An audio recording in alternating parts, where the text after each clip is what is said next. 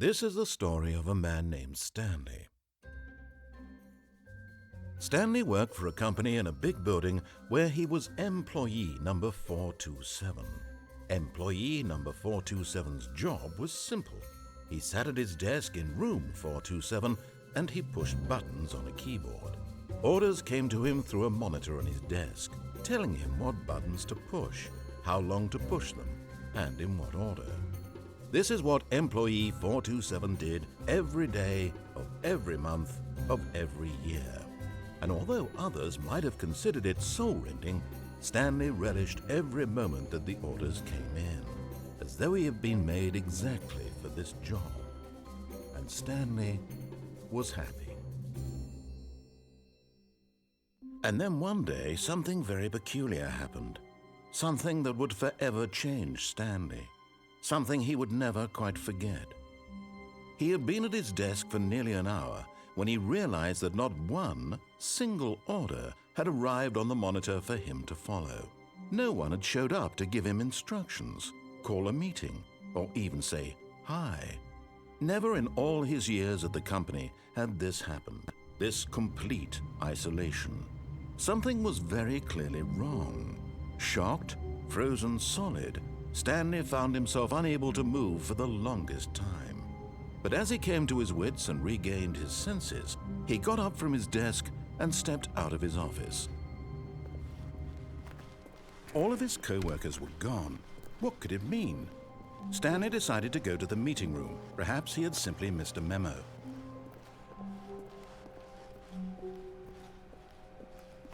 When Stanley came to a set of 2 open doors, he entered the door on his left.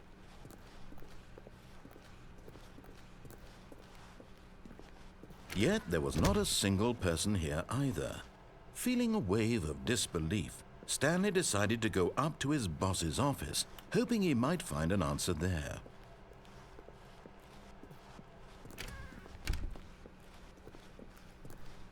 Coming to a staircase, Stanley walked upstairs to his boss's office.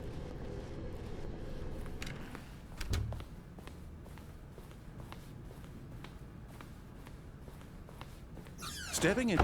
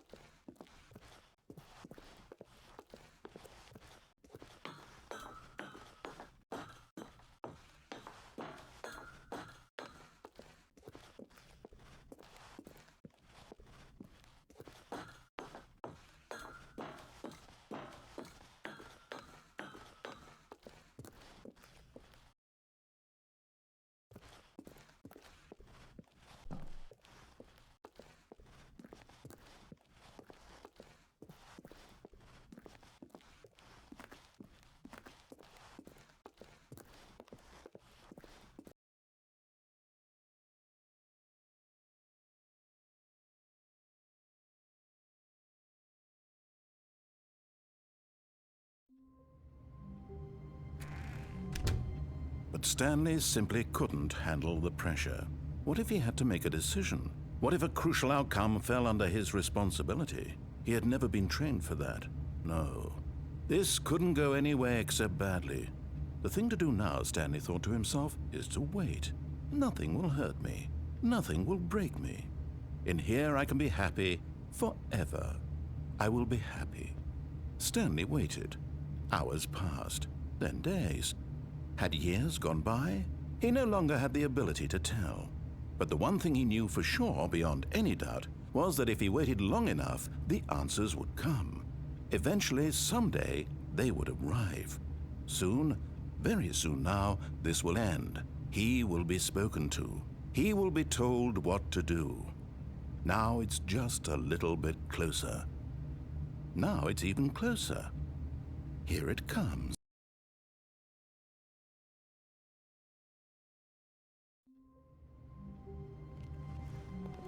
Stanley knew the office layout like the back of his hand.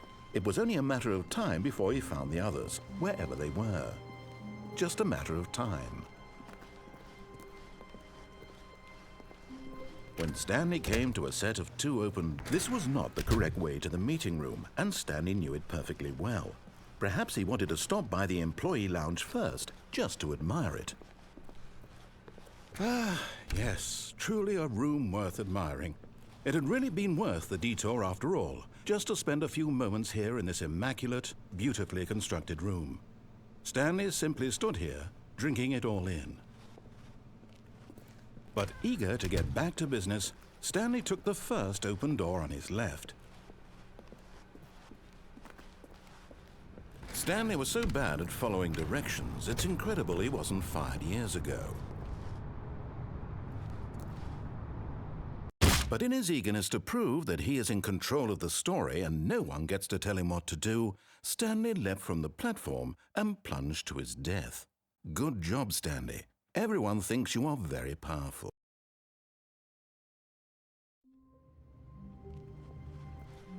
Wait, Stanley thought to himself. Am I sure that the orders stopped coming in? How is that possible? They never stopped. Surely I was mistaken. When Stanley came to a set of 2 open doors, he entered the door on his left.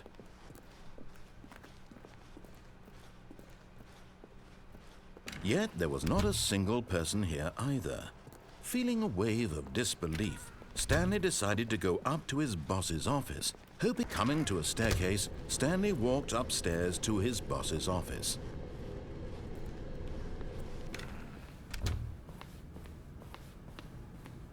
Stepping into his manager's office, Stanley was once again stunned to discover not an indication of any human life. What could it mean? Stanley wondered aloud to nobody. He began wildly tearing through papers on the boss's desk, pulling books off the shelf, looking behind paintings, desperate for clues to his situation. But his attention was caught by a keypad behind the boss's desk. What could its purpose be? In fact, this keypad guarded the terrible secret that lay buried below his feet. And so the boss had assigned it an extra secret PIN number, 2845. But of course, Stanley couldn't possibly have known this. Yet incredibly, by simply pushing random buttons on the keypad, Stanley happened to input the correct code by sheer luck. Amazing. He stepped into the newly opened passageway.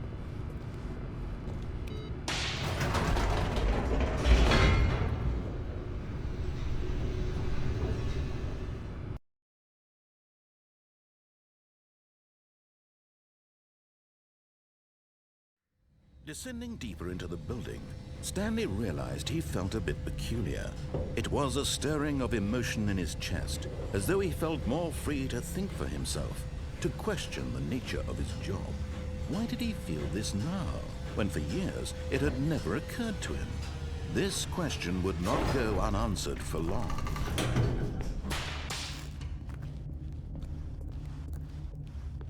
Stanley walked straight ahead through the large door that read Mind Control Facility.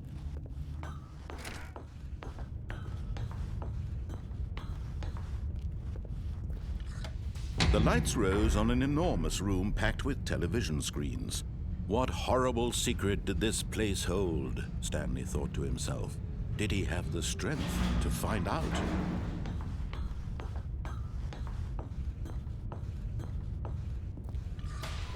Now the monitors jumped to life, their true nature revealed.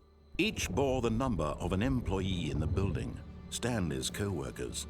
The lives of so many individuals reduced to images on a screen, and Stanley, one of them, eternally monitored in this place where freedom meant nothing.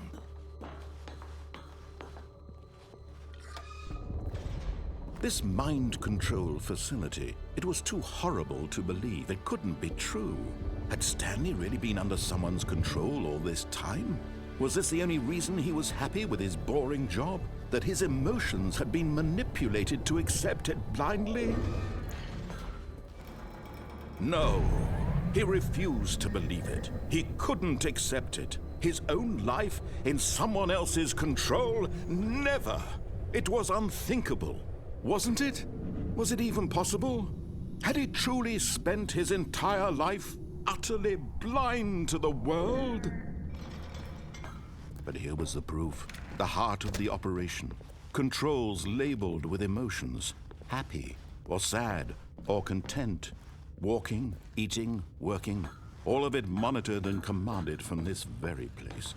And as the cold reality of his past began to sink in, Stanley decided that this machinery would never again exert its terrible power over another human life, for he would dismantle the controls once and for all.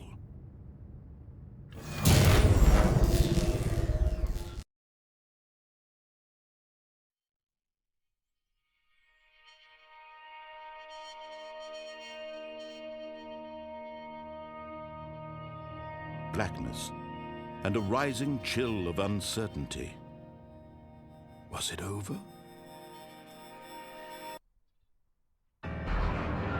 Yes. He had won.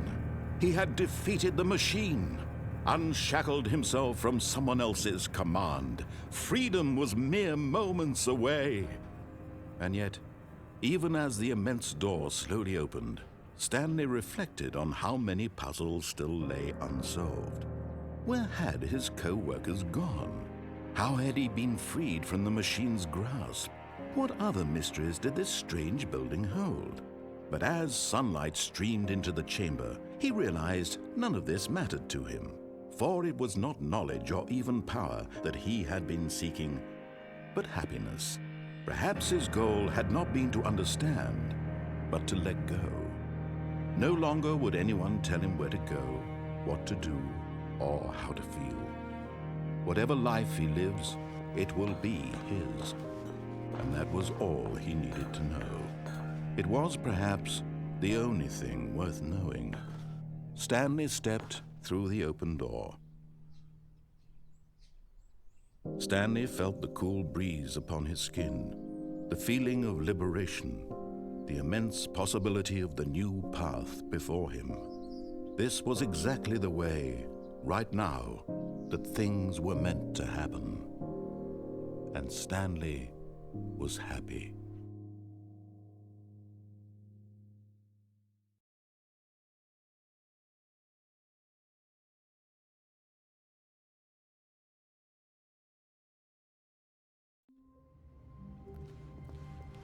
Stanley knew the office layout like the back of his hand. It was only a matter of time before he found the others, wherever they were. Just a matter of time. When Stanley came to a set of 2 open doors, he entered the door on his left.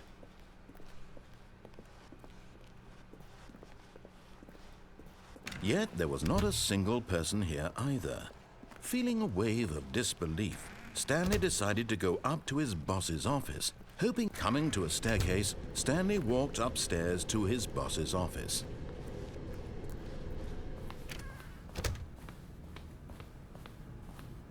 The moment he entered his manager's office, Stanley froze in his tracks. Not a living soul anywhere. Could he really be all alone? This was too much for Stanley to take, too much for any man to take. He fell to his knees, bursting into half moans, half sobs, the guttural retching of life from a man denied any hope, any reason to keep going. Here on the floor he lay prone, paralyzed by fear for nearly a full hour. But when at last he began to move about and survey the situation, he found a keypad behind the boss's desk. What could it mean? Was it a sign of hope for Stanley's future? Alas, it was not. For although this keypad guarded the terrible secret of Stanley's past, it had been assigned a 4-digit code so devious and so random that no man could ever hope to guess it. 2845. Statistically, nearly impossible to guess blindly, ever. Yet incredibly, by simply pushing random buttons on the keypad, Stanley happened to input the correct code by sheer luck. Amazing. He stepped into the newly opened passageway.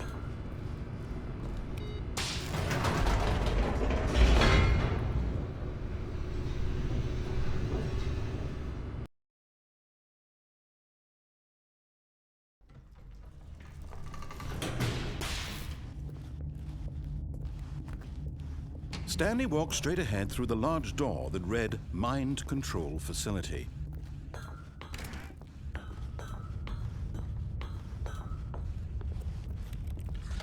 The lights rose on an enormous room packed with television screens. What horrible secret did this place hold? Stanley thought to himself. Did he have the strength to find out?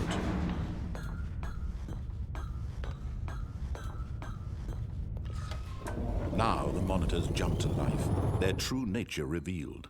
Each bore the number of an employee in the building, Stanley's co-workers. The lives of so many individuals reduced to images on a screen, and Stanley, one of them, eternally monitored in this place where freedom meant nothing.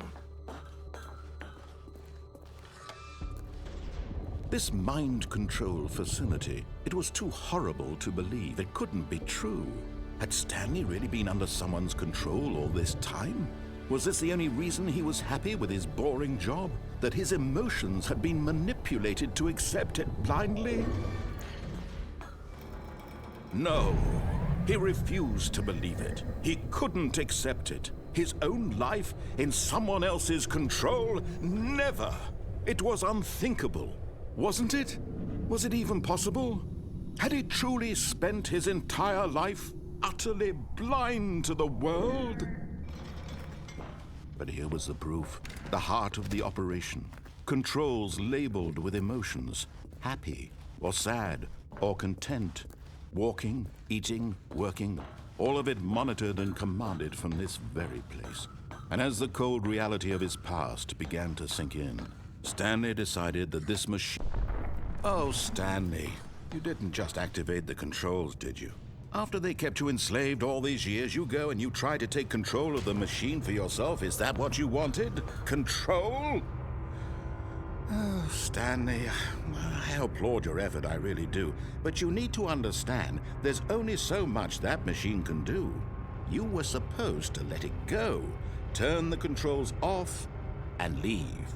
If you want to throw my story off track, you're going to have to do much better than that. I'm afraid you don't have nearly the power you think you do. For example, and I believe you'll find this pertinent, Stanley suddenly realized he had just initiated the network's emergency detonation system. In the event that this machine is activated without proper DNA identification, nuclear detonators are set to explode, eliminating the entire complex. How long until detonation then? Let's say 2 minutes. Ah, now this is making things a little more fun, isn't it, Stanley? It's your time to shine. You are the star. It's your story now. Shape it to your heart's desires. Oh, this is much better than what I had in mind. What a shame we have so little time left to enjoy it. Mere moments until the bomb goes off. But what precious moments each one of them is. More time to talk about you, about me, where we're going. What all this means, I barely know where to start. What's that? You'd like to know where your co-workers are? A moment of solace before you're obliterated? All right, I'm in a good mood. You're gonna die anyway. I'll tell you exactly what happened to them. I erased them. I turned off the machine. I set you free. Of course, that was merely in this instance of the story. Sometimes when I tell it, I simply let you sit there in your office forever, pushing buttons endlessly and then dying alone. Other times, I let the office sink into the ground, swallowing everyone inside, or I let it burn to a crisp. I have to say this, though, this version of events has been rather amusing. Watching you try to make sense of everything and take back the control wrested away from you, it's quite rich. I almost hate to see it go. But I'm sure whatever I come up with on the next go-around will be even better. My goodness, only 34 seconds left. But I'm enjoying this so much. You know what? To hell with it. I'm going to put some extra time on the clock, why not? These are precious additional seconds, Stanley. Time doesn't grow on trees. Oh dear me, what's the matter, Stanley? Is it that you have no idea where you're going or what you're supposed to be doing right now? Or did you just assume when you saw that timer that something in this room was capable of turning it off? I mean, look at you. Running from button to button, screen to screen, clicking on every little thing in this room. These numbered buttons, no, these colored ones, or maybe this big red button, or this door. Everything, anything, something here will save me. Why would you think that, Stanley? That this video game can be beaten? Won? Solved? Do you have any idea what your purpose in this place is? Stanley, you're in for quite a disappointment. But here's a spoiler for you. That timer isn't a catalyst to keep the action moving along. It's just seconds ticking away to your death. You're only still playing instead of watching a cutscene because I want to watch you for every moment that you're powerless, to see you made humble. This is not a challenge, it's a tragedy. You wanted to control this world, that's fine. But I'm going to destroy it first, so you can't. Take a look at the clock, Stanley. That's 30 seconds you have left to struggle. 30 seconds until a big boom and then nothing. No ending here, just you being blown to pieces. Will you cling desperately to your frail life, or will you let it go peacefully? Another choice? Make it count. Or don't. It's all the same to me, all a part of the joke. And believe me, I will be laughing at every second of your inevitable life from the moment we fade in until the moment I say, happily ever up.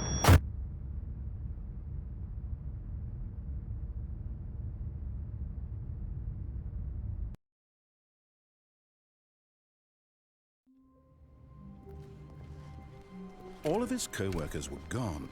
What could it mean? Stanley decided to go to the meeting room. Perhaps he had simply missed a memo.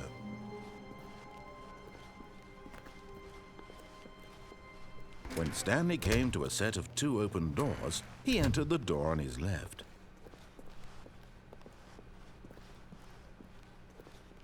Yet there was not a single person here either. Feeling a wave of disbelief, Stanley decided to go up to his boss's office. Coming to a staircase, Stanley walked upstairs to his boss's office.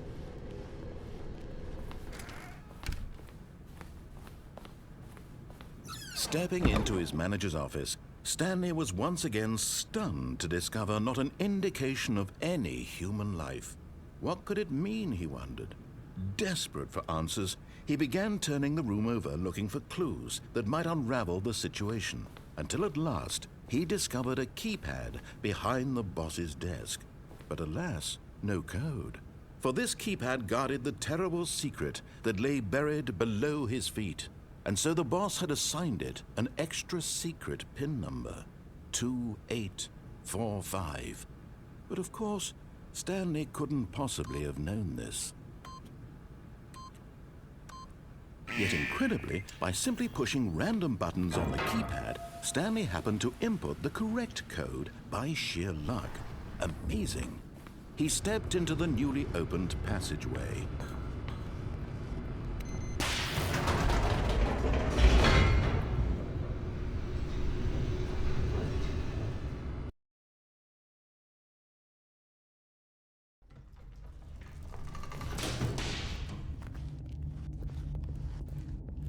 Stanley walked straight ahead through the large door that read Mind Control Facility.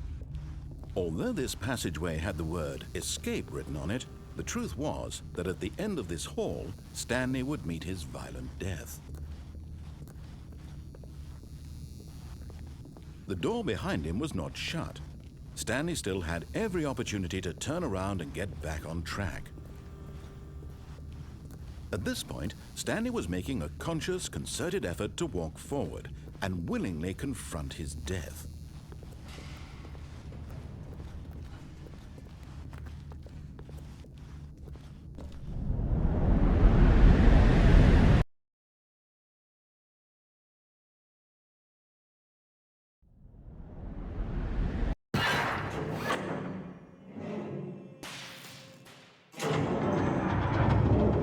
As the machine whirred into motion and Stanley was inched closer and closer to his demise, he reflected that his life had been of no consequence whatsoever.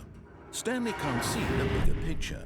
He doesn't know the real story, trapped forever in his narrow vision of what this world is.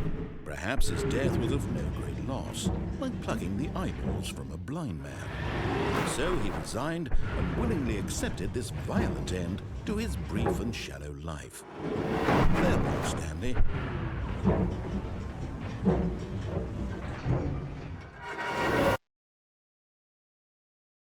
"Farewell, Stanley," cried the narrator, as Stanley was led helplessly into the enormous metal jaws. In a single visceral instant, Stanley was obliterated as the machine crushed every bone in his body, killing him instantly.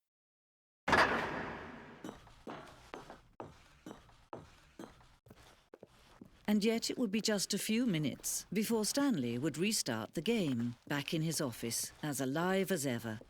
What exactly did the narrator think he was going to accomplish? When every path you can walk has been created for you long in advance, death becomes meaningless, making life the same. Do you see now? Do you see that Stanley was already dead from the moment he hit start?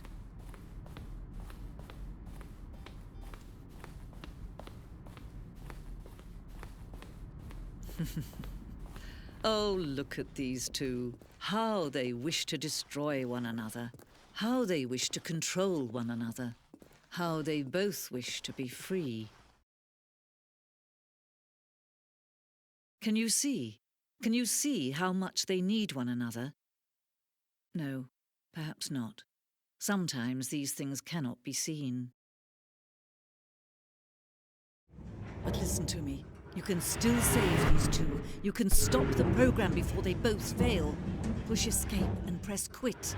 There's no other way to beat this game. As long as you move forward, you'll be walking someone else's path. Stop now, and it'll be your only true choice. Whatever you do, choose it. Don't let time choose for you. Don't let time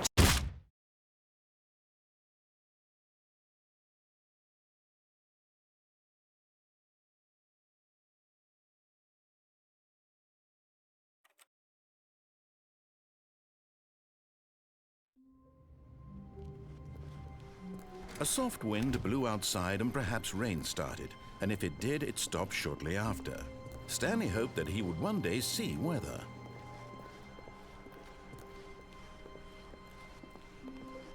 When Stanley came to a set of two open doors, he entered the door on his left.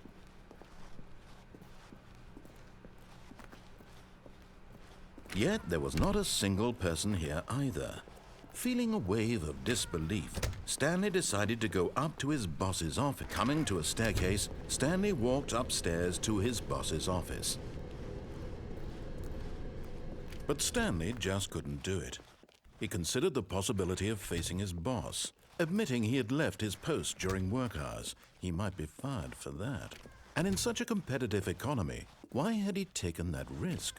All because he believed everyone had vanished? His boss would think he was crazy.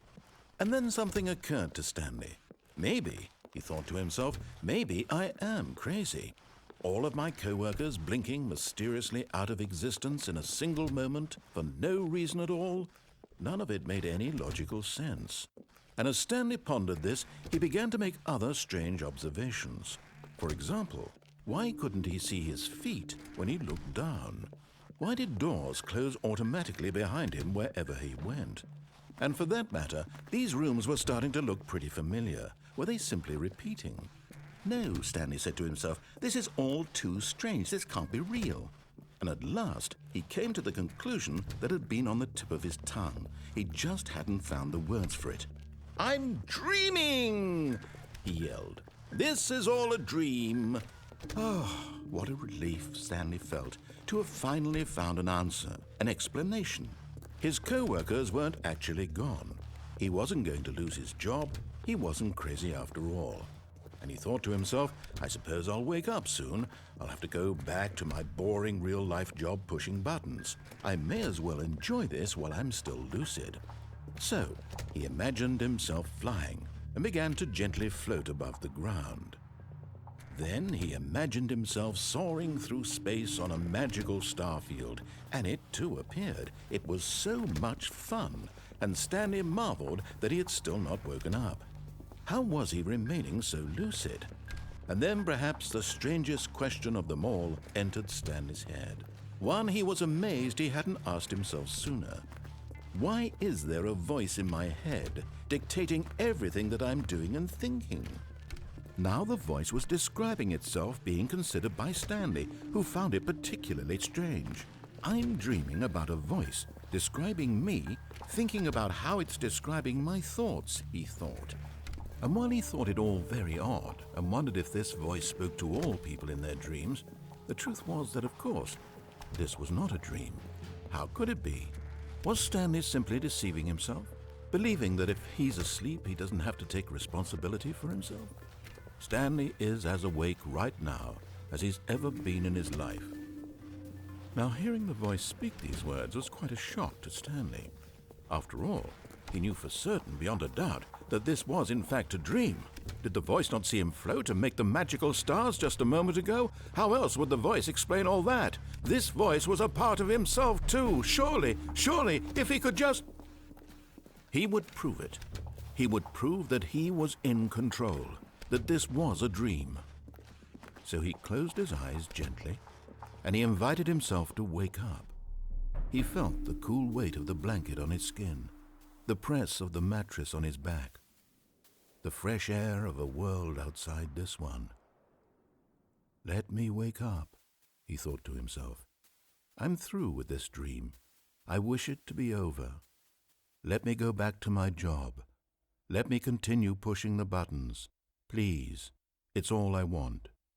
I want my apartment and my wife and my job. All I want is my life exactly the way it's always been. My life is normal. I am normal. Everything will be fine. I am okay.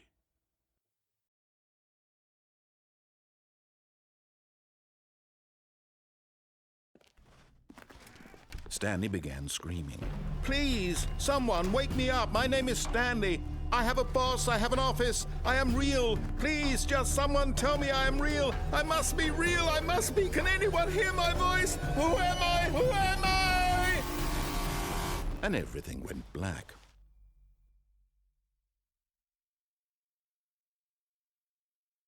This is the story of a woman named Mariella. Mariella woke up on a day like any other. She arose, got dressed, gathered her belongings, and walked to her place of work. But on this particular day, her walk was interrupted by the body of a man who had stumbled through town talking and screaming to himself, and then collapsed dead on the sidewalk. And although she would soon turn to go call for an ambulance, for just a few brief moments she considered the strange man. He was obviously crazy. This much she knew. Everyone knows what crazy people look like. And in that moment, she thought to herself how lucky she was to be normal. I am sane. I am in control of my mind. I know what is real and what isn't. It was comforting to think this, and in a certain way, seeing this man made her feel better. But then she remembered the meeting she had scheduled for that day, the very important people whose impressions of her would affect her career, and by extension, the rest of her life. She had no time for this. So it was only a moment that she stood there, staring down at the body. And then she turned and ran.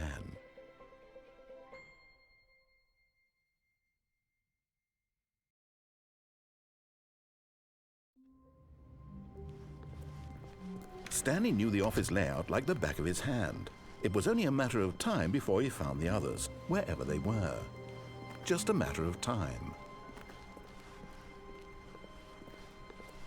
When Stanley came to a set of 2 open, this was not the correct way to the meeting room, and Stanley knew it perfectly well. Perhaps he wanted to stop by the employee lounge first, just to admire it. Wow, yes, this room. What a beautiful room. What a gorgeous, gorgeous room. Thank goodness Stanley had taken this detour on his way to the meeting room. Life without having experienced this room was now too horrible even to consider. But eager to get back to business, Stanley took the first open door on his left. And so he detoured through the maintenance section, walked straight ahead to the opposite door, and got back on track.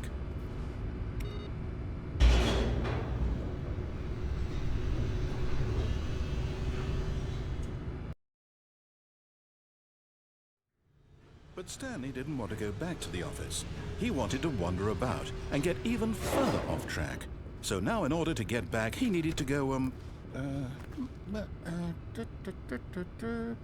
from here it's, oh, no, it's to the right, my mistake. No, not the right. Why would I have ever said it was to the right? What was I thinking? It's clearly, oh dear, would you hold on for a minute, please?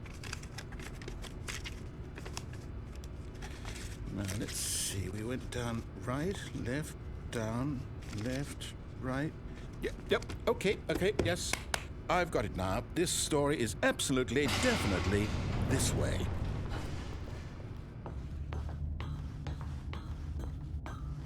No. This isn't right at all. You're not supposed to be here yet. This is all a spoiler. Quick, Stanley, close your eyes. Okay.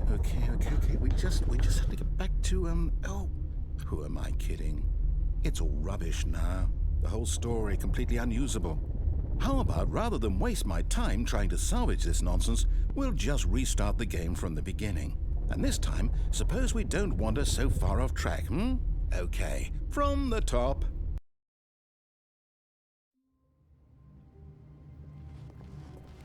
All of his co-workers were gone. What could it mean? Stanley decided to go to the meeting room. Perhaps he had simply missed a memo.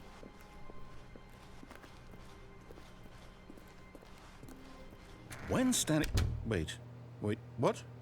No, I restarted. I swear I definitely restarted the game over, completely fresh. Everything should be... Oh, did something change? Stanley, did you change anything when we were back in that room with all the monitors? Did you move the story somewhere or... Hold on. Why am I asking you? I'm the one who wrote the story. It was right here just a minute ago. I know for sure that it's here somewhere. Okay, then. It's an adventure. Come, Stanley. Let's find the story.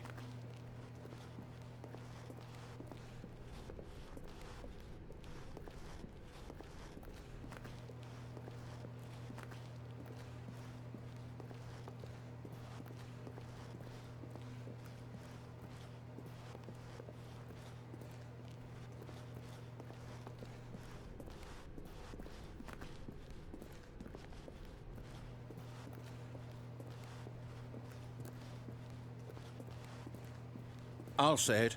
This is the worst adventure I've ever been on. I can promise you there definitely was a story here before. Do we need to restart the game again? Well, I find it unlikely that we'll ever progress by starting over and over again, but it's got to be better than this. Okay, let's give it a shot. Why not? All of his co-workers were gone. What could it mean? Stanley decided to go to the meeting room. Perhaps he had simply missed a memo.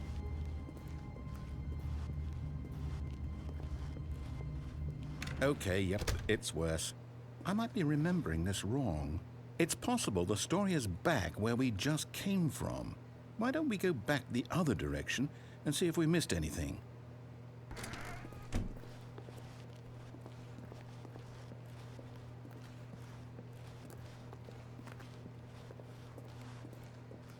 Aha! I knew we'd miss something. The story. Here it comes. No, wait, never mind. Not the story. Okay, let's head back the other way and retrace our steps. Now this... Well, I'll be honest, I don't recognize this place at all. Is this the story? I don't think so. I can't quite recall whether I believe my story took place in an office building.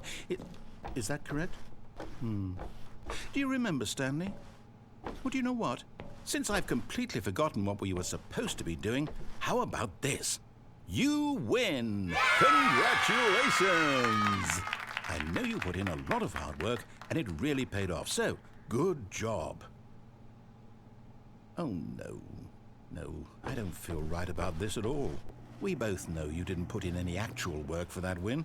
Some people win fair and square, and this was not one of those situations. Okay, I'm getting weirded out by whatever this place is. I don't care what might happen this time. I have to restart. All right, I've got a solution. This time, to make sure we don't get lost, I've employed the help of the Stanley Parable adventure line. Just follow the line. How simple is that? You see, the line knows where the story is. It's over in this direction. Onward, Stanley, to destiny. Though, here's a thought. Wouldn't wherever we end up be our destination, even if there's no story there? Or to put it another way, is the story of no destination still a story? Simply by the act of moving forward, are we implying a journey such that a destination is inevitably conjured into being via the very manifestation of the nature of life itself? Whoa. Hang on. That got a bit weird back there. Well, I'd like to apologize. Not sure where I was going with all that. You know what? I think what we need right now is a bit of music to lighten the mood.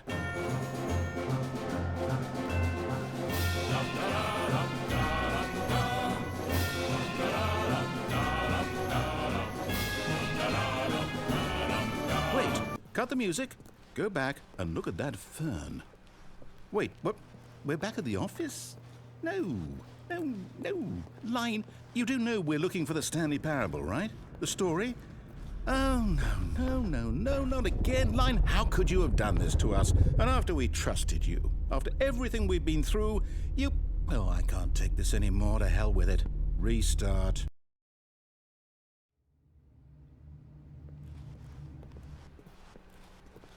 You know what, Stanley? I say forget the adventure line. What's it ever done for us? We're intelligent people, right? Why can't we make up our own story? Something exciting, daring, mysterious. Oh, this all sounds perfectly doable. Why don't we simply start wandering in, well, I don't know.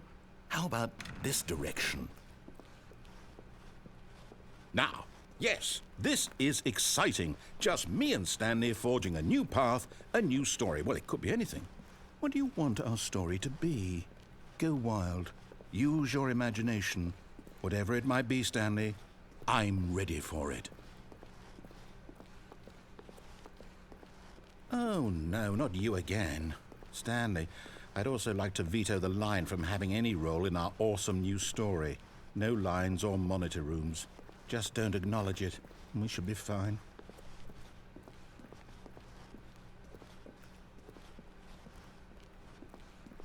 Ah, a choice. We get to make a decision. From here, the story is in our control. How important we mustn't squander the opportunity. In fact, I believe I need a minute to think here. Just walk in circles for a minute. Oh, each door has to lead somewhere, which means that somewhere at the place where we're trying to go, there must be a reverse door that leads here. And that in turn means that our destination corresponds with the counter-inverted reverse door's origin. So starting from the right, let us ask, will taking the right door lead us to where we're going? And since the answer is clearly yes, then by all accounts, the door on the right is the correct one. Another victory for logic. Come, Stanley, our destiny awaits. hold up, what's this? The confusion ending. You're telling me that's what this is? It's all one giant ending? And we're supposed to restart the game, what, eight times? That's really how all this goes? It's all determined? So now, according to the schedule, I restart again. Then what? Am I just supposed to forget? Well, what if I don't want to forget? My mind goes blank simply because it's written here on this thing, wall. Well, who consulted me? Why don't I get to decide? Why don't I get a say in all of this? Is it really? No, it can't be. I don't want it to be. I don't want the game to keep restarting. I don't want to forget what's going on. I don't want to be trapped like this. I won't restart the game. I won't do it. I won't do it. I won't do it. And the timer stopped? Does that mean, did we do it? Did we break the cycle? The, whatever it is that made this schedule? How would we even know? Will someone come for us? Will something happen? So, okay. I guess now we just wait. You know, I suppose in some way that this is a kind of story. Wouldn't you agree? I'm not quite sure if we're in the destination or the journey, though they're always saying that life is about the journey and not the destination. So I hope that's where we are right now. We'll find out, won't we? Eventually. Well, in the meantime...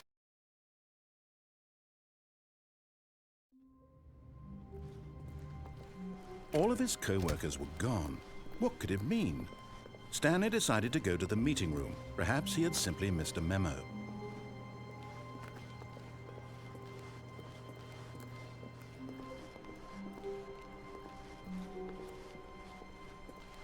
When Stanley came to a set of 2 open, this was not the correct way to the meeting room, and Stanley knew it perfectly well. Perhaps he wanted to stop by the employee lounge first, just to admire it. The lounge was sublime, a work of art. What was it about this room that called so deeply and so personally to Stanley? Its grace? Its subtle charm? No. Stanley knew it was something deeper, something darker. But eager to get back to business, Stanley took the first open door on his left. Stanley was so bad at following directions, it's incredible he wasn't fired years ago.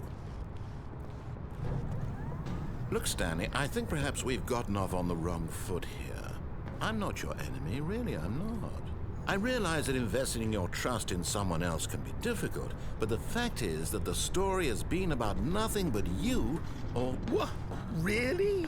I was in the middle of something. Do you have zero consideration for others? Are you that convinced that I want something bad to happen to you? Why, I don't know how to convince you of this, but I really do want to help you, to show you something beautiful.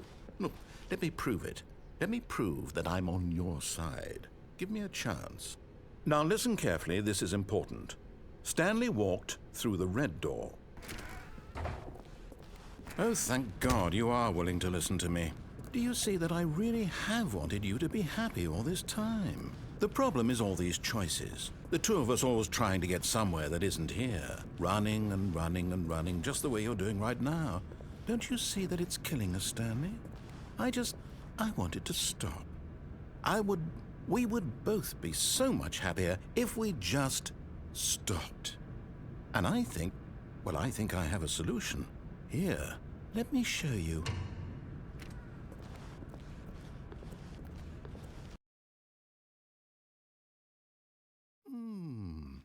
What do we want?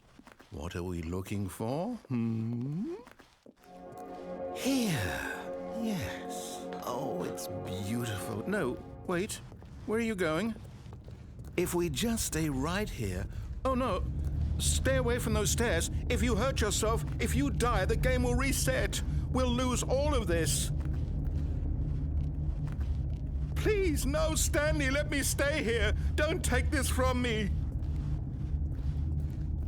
No!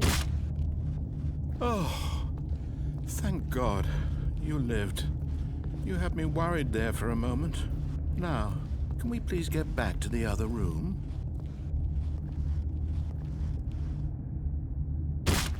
Stanley, let's go back to... My God, is this really how much you dislike my game?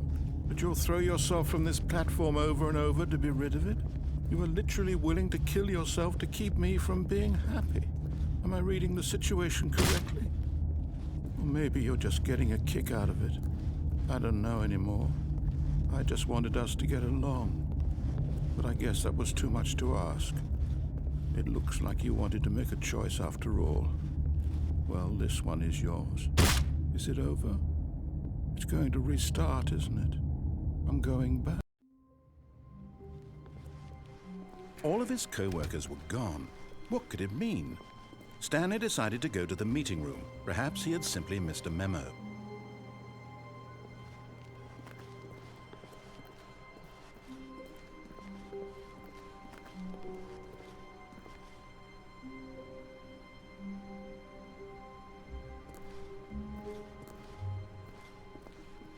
When Stanley came to a set of 2 open, this was not the correct way to the meeting room, and Stanley knew it perfectly well. Perhaps he wanted to stop by the employee lounge first, just to admire it. Standing now in this incredible room, Stanley for the first time understood true happiness. Then the feeling went away, and he felt sad again.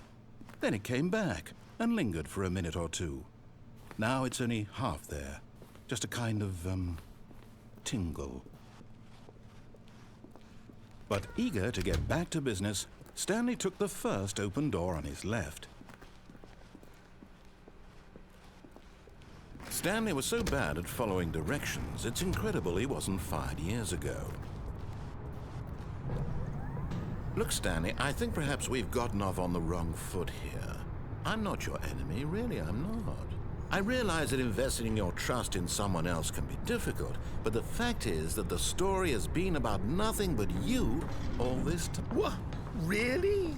I was in the middle of something. Do you have zero consideration for others? Are you that convinced that I want something bad to happen to you? Why, I don't know how to convince you of this, but I really do want to help you, to show you something beautiful. Look, let me prove it. Let me prove that I'm on your side. Give me a chance. Now listen carefully, this is important. Stanley walked through the red door. Aha, perhaps you misunderstood. Stanley walked through the red door. I still don't think we're communicating properly. Stanley walked through the red door. All right, fine, go ahead, Stanley. You want to know so badly what's out there? You want to find out what lies at the end of this road you've chosen? Well, don't let me stop you. You see? There's nothing here. I haven't even finished building this section of the map, because you were never supposed to be here in the first place. Broken rooms, exposed developer textures. Is this what you had wanted? Was it worth ruining the entire story I had written out specifically for you? Do you not think I put a lot of time into that? Because I did. And in the end, it was all for nothing, because this is what you wanted to see. Help me here, Stanley. Help elucidate these strange and unknowable desires of yours. What would have made this game better? What did you want to see? Vehicles? Skill trees? Work with me. You've given me absolutely nothing so far. Tell you what, let me take a stab in the dark at a new design, and you can give me some feedback. There we go. A third option. This already feels leaps ahead of where we were before. Go ahead, Stanley. Okay, I'm going to stop you there. Now, tell me about your experience with this new version. Would you say that the game benefited from allowing you more choices? Feel free to be honest. I'm looking for some real critical feedback here. A 1? I mean, I can understand if you had reservations, you saw ways the game could be improved to more fully express itself mechanically and artistically, but a 1? That's not even helpful. What am I supposed to do with that? But I guess it isn't my place to judge. Here, based on the data from your previous playthrough, I've compiled a new version. And to be perfectly candid, I think I've knocked it out of the park with this one. Let's take a look.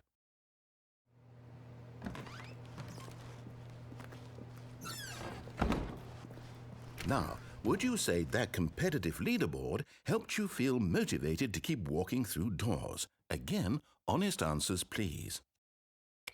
Hey, I nearly forgot. I've got a prototype of a new game I've been working on, and now would be a lovely opportunity to give it some playtesting. You wouldn't mind taking a look at it, would you? Perfect. Let me boot it up. In this game, the baby crawls left towards danger. You click the button to move him back to the right, and if he reaches the fire, you fail. It's a very meaningful game, all about the desperation and tedium of endlessly confronting the demands of family life. I think the art world will really take notice.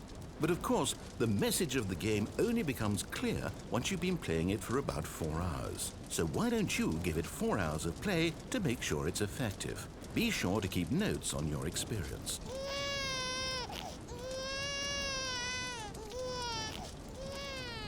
You heartless bastard. Did you do it because you hate babies or purely to spite me? Because if it's the latter, well, I don't know what to do. I'm completely out of ideas. I can't think of a single thing that might improve the experience for me. I'm not even going to try. I'm out, I'm done. It's over. Thank you for playing. Your input was extremely valuable. Oh, hey, since my game was so awful, why don't we play someone else's game, just to ease the pain? Let's see. What do we have here? Yes, this seems like it'll work. Let's give it a shot.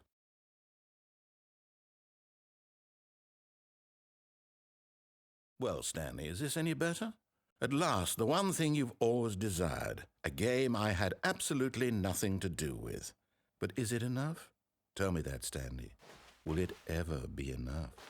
Well, I'll say this. I'm done making things for you. From now on, I will only create to fulfill a greater artistic purpose. Watch this, Stanley. I'm going to build a house.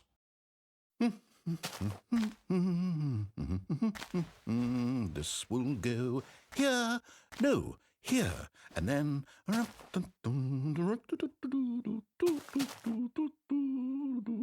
Let's see, what does it need? Yes, of course. And just to finish it all off, yes, it's complete. I made this, Stanley. Look at it. Gaze upon my work of art and feel ashamed at your own inadequacy. But you've only seen it from the outside. You've only gotten half the experience. Please, step inside and make yourself comfortable. Isn't it grand? Isn't it perfect? It could only be better if... Wait, that's it. We must rebuild it out of diamond. Diamond everything. Yes. Come along, Stanley. We have to go mining.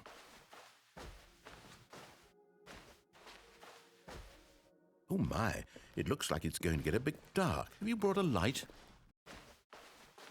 Oh, no. This is far more open-ended than I had in mind. I'm looking for something more narrow and linear. Something that makes you feel utterly irrelevant. This won't do at all. 1 out of 5. Even the diamonds couldn't save this one.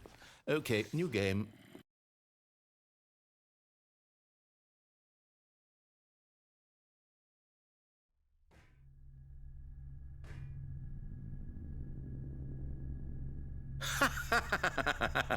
Yes! I don't even know what this game is, but I love it.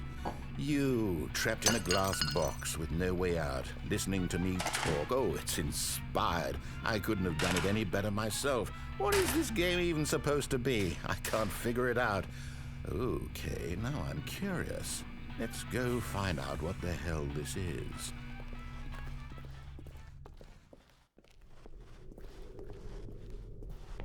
Oh, it's a puzzle. Critical thinking, Stanley. Your forte. Genius. No, actually, you know what? I think that's plenty. I really don't care much to see you stumble through any more of these games, and I highly doubt you're any wiser for the experience. Which is why, rather than continue to waste my time, I'm just going to leave you here. You can pretend you've beaten the game if it makes it any richer for you, but as for me, I've had enough.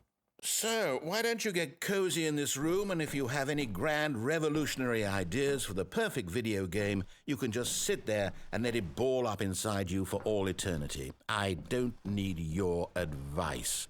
I don't need your ratings.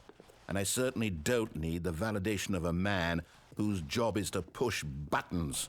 I think I'll just go about my business, making meaningful cultural contributions to the world. And perhaps every now and then I'll think back to a man named Stanley who was objectively wrong in every decision he ever made.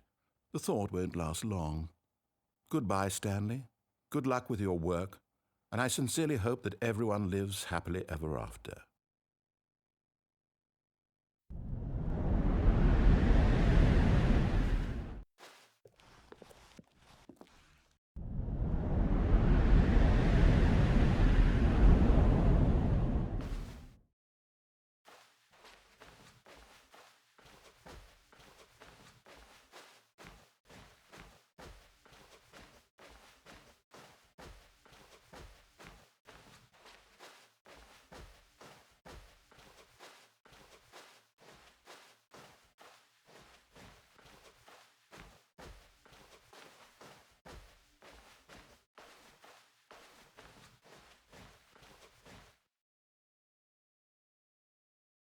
I wonder what he found.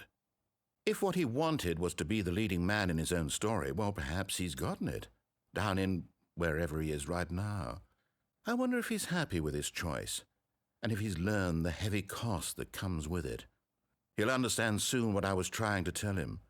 He needs me. Someone who will wrap everything up at the end, to make sense out of the chaos and the fear and the confusion. That's who I am. That is what I mean to this world. Oh, yes. Yes, I'll be back. There's no other way. Once this ends, after it all comes to a close, then I'll be back. The end will be here soon.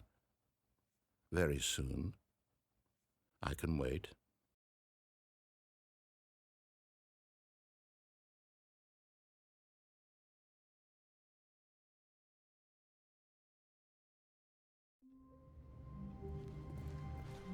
All of his co-workers were... Wait, no. This isn't the right office, is it? Is this Stanley's office?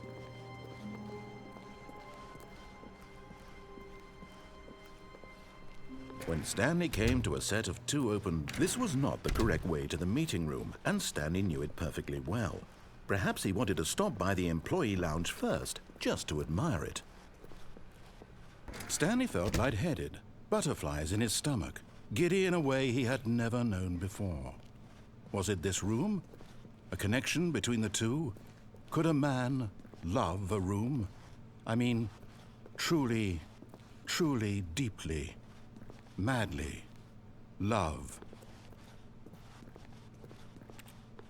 But eager to get back to business, Stanley took the first open door on his left. Stanley was so bad at following directions, it's incredible he wasn't fired years ago. Look, Stanley, I think perhaps we've gotten off on the wrong foot here. I'm not your enemy, really, I'm not. I realize that investing your trust in someone else can be difficult, but the fact is that the story has been about nothing but you all this time. There's someone you've been neglecting, Stanley. Someone you've forgotten about. Please, stop trying to make every decision by yourself. Now, I'm not asking for me, I'm asking for her. This is it, Stanley. Your chance to redeem yourself, to put your work aside, to let her back into your life. She's been waiting. That's her, Stanley. You need to be the one to do this, to reach out to her. If you can truly place your faith in another, then pick up the phone.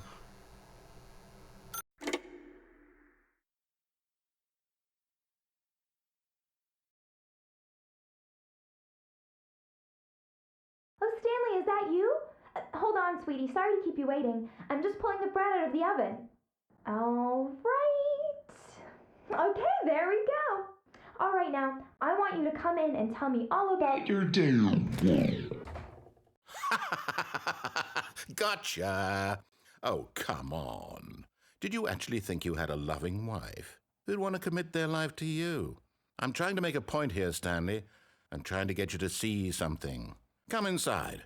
Let me show you what's really going on here.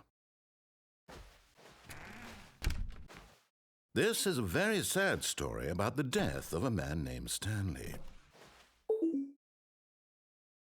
Stanley is quite a boring fellow. He has a job that demands nothing of him, and every button that he pushes is a reminder of the inconsequential nature of his existence. Look at him there, pushing buttons, doing exactly what he's told to do. Now he's pushing a button. Now he's eating lunch.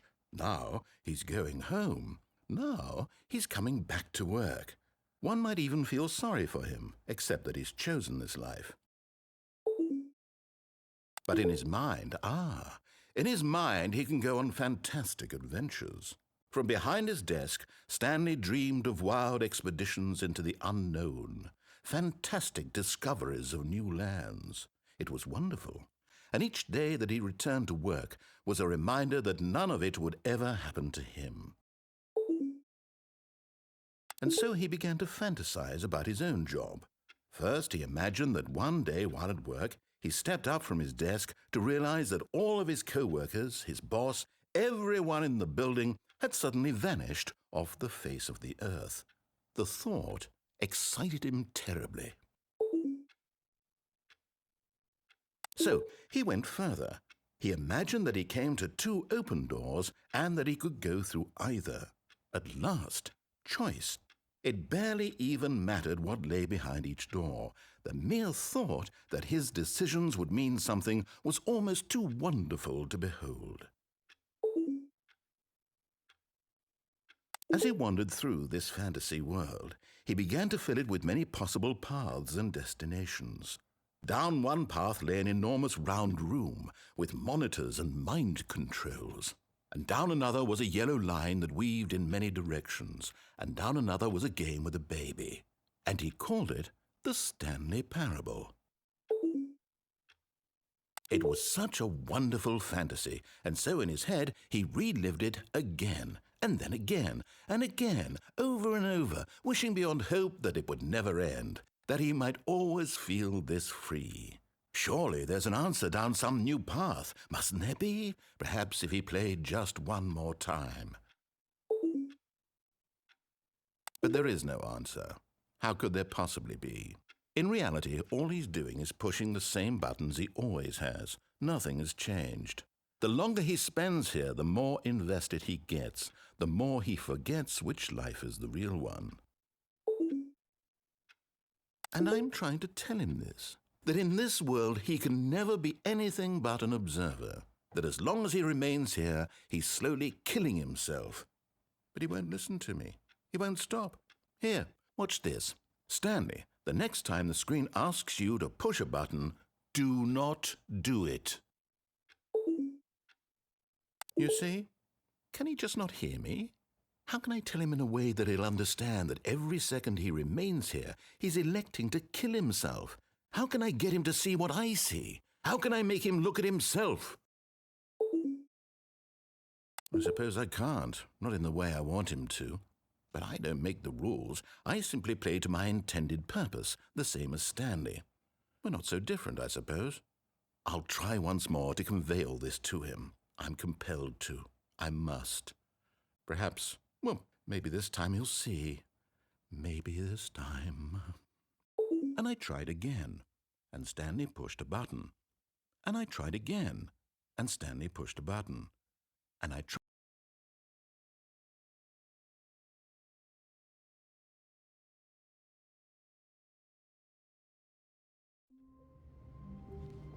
All of his co-workers were gone.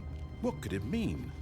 Stanley decided to go. When Stanley came to a set of 2 open, this was not the correct way to the meeting room, and Stanley knew it perfectly well. Perhaps he wanted to stop by the employee lounge first, just to admire it. The lounge was grand, majestic, perhaps too majestic, like a combination of a much smaller version and a much larger version of this exact room. It all made Stanley uncomfortable, and he started to bleed a little. This made him smile. At last, proof that he was human. But eager to get back to business, Stanley took the first open door on his left. Stanley was so bad at following directions, it's incredible he wasn't fired years ago. Look, Stanley, I think perhaps we've gotten off on the wrong foot here. I'm not your enemy, really, I'm not. I realize that investing your trust in someone else can be difficult, but the fact is that the story has been about nothing but you all this time. There's someone you've been neglecting, Stanley. Someone you've forgotten about. Please, stop trying to make every decision by yourself. Now, I'm not asking for me, I'm asking for her. This is it, Stanley. Your chance to redeem yourself, to put your work aside, to let her back into your life. She's been waiting. That's her, Stanley. Oh, no, you can't. Did you just unplug the phone? No, that wasn't supposed to be a choice. How did you do that? You actually chose incorrectly? I didn't even know that was possible. Let me double check. No, it's definitely here, clear as day. Stanley picks up the phone. He's taken to his apartment where he finds his wife, and the two pledge themselves to one another. Music comes in, fade to white, roll credits. Not picking up the phone is actually somehow an incorrect course of action. How is that even possible? None of these decisions were supposed to mean anything. I don't understand. How on earth are you making meaningful choices? What did you... Wait a second. Did I just see... No, that's not possible. I can't believe it. How had I not noticed it sooner? You're not Stanley. You're a real person. I can't believe I was so mistaken. This is why you've been able to make correct and incorrect choices. And to think I've been letting you run around in this game for so long. If you'd made any more wrong choices, you might have negated it entirely. It's as though you completely ignored even the most basic safety protocol for real-world decision-making. Or did you not grasp the severity of the situation? Well, I won't have that kind of risk on my watch. I'm going to stop the game for a moment so we can educate you properly on safe decision-making in the real world. Please observe this helpful instructional video. Choice. It's the best part of being a real person, but if used incorrectly can also be the most dangerous. For example, in this scenario, a hypothetical real person named Stephen has a choice. He could spend years helping improve the quality of life for citizens of impoverished third world nations. Or he could systematically set fire to every orphan living in a 30-kilometer radius of his house. Which choice would you make? Remember that unlike here, the real world makes sense, and at no time should you make a choice that does not conform to rational logic. If you find yourself speaking with a person who does not make sense, in all likelihood, that person is not real. Allow the person to finish their thought, then provide an excuse why you cannot continue talking. Turn to a partner and practice saying, "My goodness, is it 4:30? I'm supposed to be having a back, sack, and crack."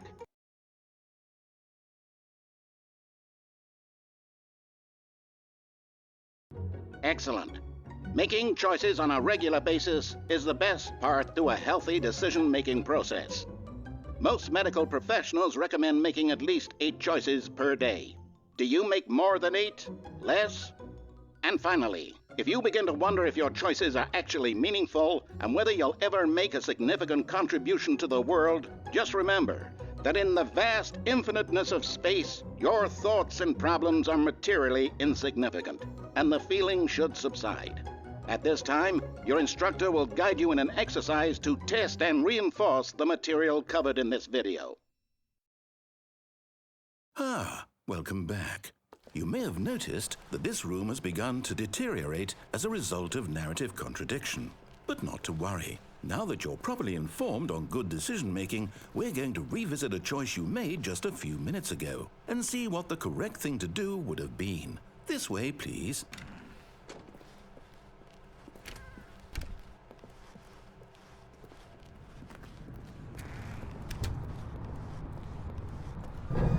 Now that we know your choices are meaningful, we can't have you jumping off the platform and dying. Imagine the main character dying senselessly halfway through the story. That story would make no sense at all. We just need to get you home as soon as possible before the narrative contradiction gets any worse. Unfortunately, it seems this place is not well equipped to deal with reality.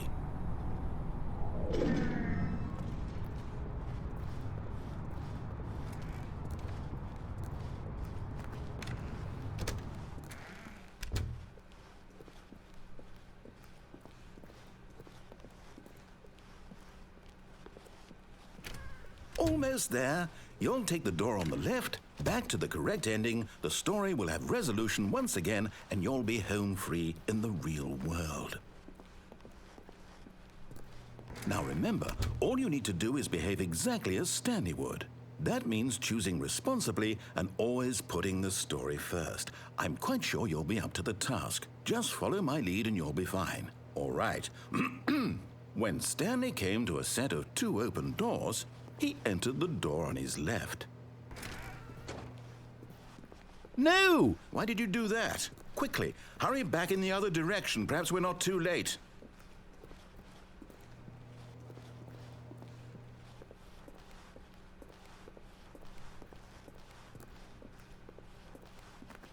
Oh, it's ruined. I can't believe, after everything we talked about, that my story, you've destroyed my work. Why? For what? What did you get out of that? What did you think was so special about seeing the game undone, left here like so much garbage? It's worthless now. And what am I supposed to do? Even if there were a way to continue, would it be worth it? To know that my story is now incorrect? How can I go back to that? I can't erase that knowledge. I'll have to live with it forever, reliving its impossibility forever. I couldn't live that way. Is it better to shut the game down entirely? To willingly destroy all of my work? I don't know. What's the answer? What do I do? What do I do? What do I... No, I have to. I have to shut the game down. I have to. I have to.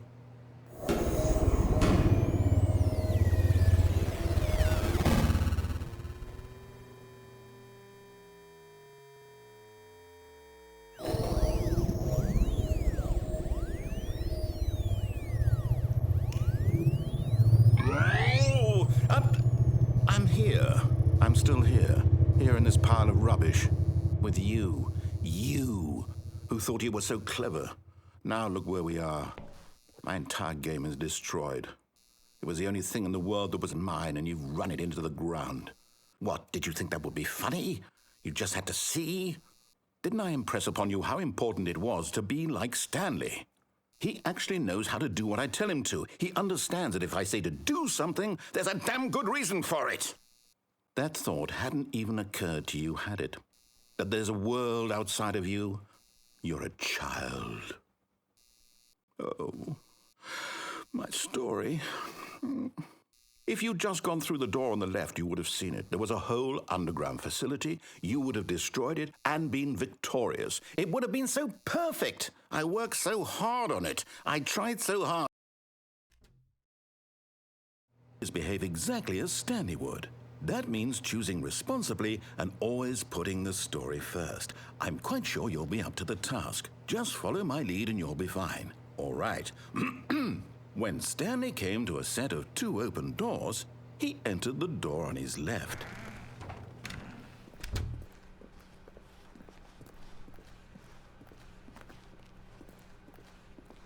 Yet there was not a single person here either. Feeling a wave of disbelief, Stanley decided to go up to his boss's office, hoping he might find an answer. Coming to a staircase, Stanley walked upstairs to his boss's office.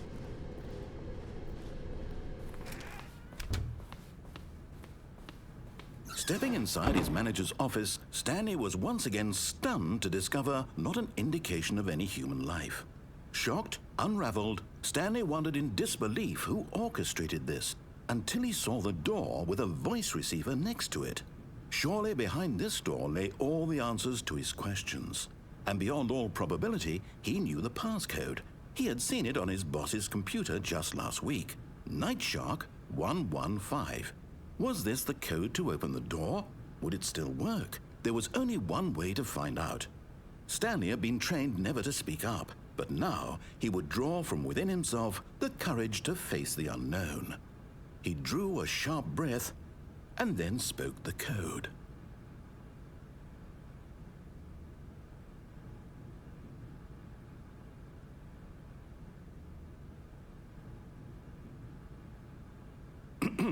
Stanley spoke the code.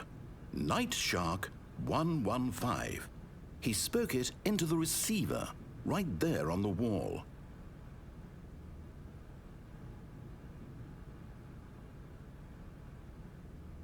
I'm sorry, is there a problem? You didn't mishear me, did you? Please speak the code into the receiver. Otherwise, we can't get on with the story. This is a crucial step.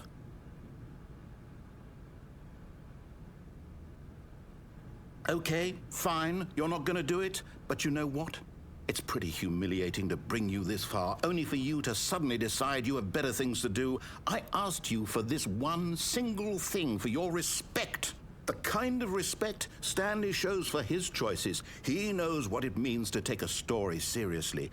If you didn't want to see what I had to show you, then why did you come here? You had a choice, you know. You could have gone through the door on the right. You could have done whatever the hell you wanted over there. Why did you come this way? Speak. Say something to me. Explain yourself, you coward. When Stanley came to a set of 2 open doors, he entered the door on his left. Stanley? Hello? Are you... Is everything okay? Stanley, please. I need you to make a choice. I need you to walk through the door. Are you listening to me? Can you hear me? Is everything all right? Stanley, this is important. The story needs you. It needs you to make a decision. It cannot exist without you. Do you understand me? Whatever choice you make is just fine. They're both correct. You cannot be wrong here. We can work together. I'll accept whatever you do. I simply need you to take that step forward, please. Choose. Do something. Anything. This is more important than you can ever know. I need this. The story needs it. So, you hear me? Are you there?